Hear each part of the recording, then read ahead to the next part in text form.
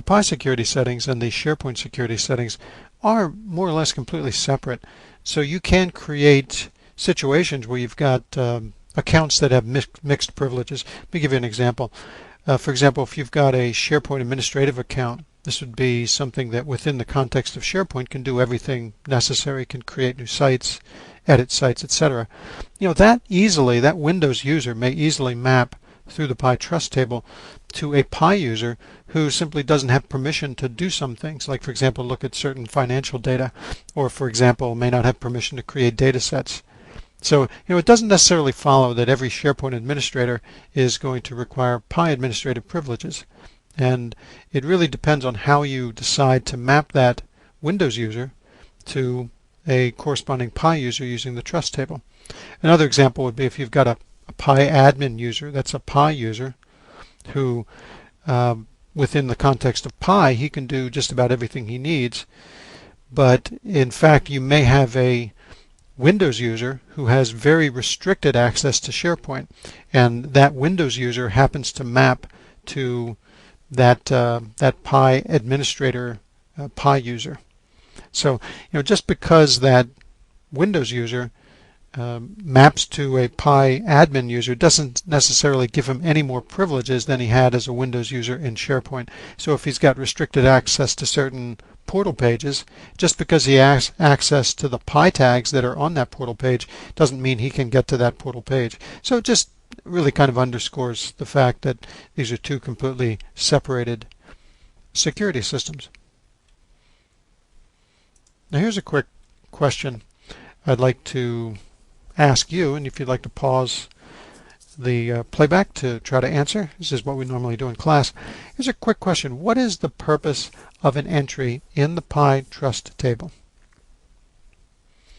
Now the purpose of that Pi trust table is to map incoming Windows connections or incoming connections coming from clients to a certain Pi users by means of connection credentials we derive from that incoming connection.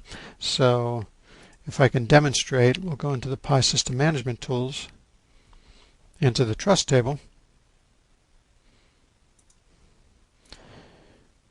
Here's a list of trusts that we've seen in our demonstration so far. So to give you an example, let's take a look at this domain admin. See, the purpose of the Pi Trust is to map this incoming Windows user, in this case we're using credentials based on Windows username and domain name, to some type of a Pi user that's appropriate for that user, or for that Windows user. So the administrator is mapped to Pi admin. It basically is a mechanism for giving the proper access to Pi server and the data that's on that Pi server. So here's another example. If we take a look at this, here's a user named Paul, and he happens to be mapped to a Pi user of that name. So that's that's the purpose of this of a trust, is to simply map these. Now we're using connection credentials here of the Windows username and Windows domain name, but we could also use things like the computer name, the IP address, etc. Okay, here's a second question.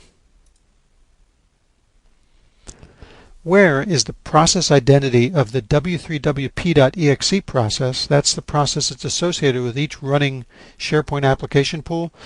Where is that process identity determined?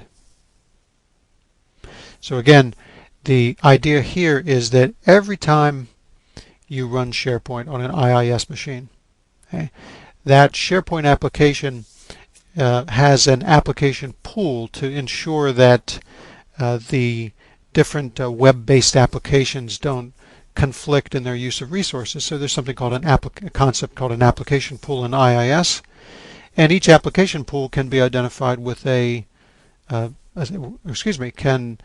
be identified with a user with some kind of a security setting or security account, and that's typically called the process identity. Well, that is handled through the IIS manager here. And this is where we have something called, that's where the application pool identity is determined. So if you look at your application pools under SharePoint, That's the one application pool we're interested in here. Under Properties, you'll find Identity.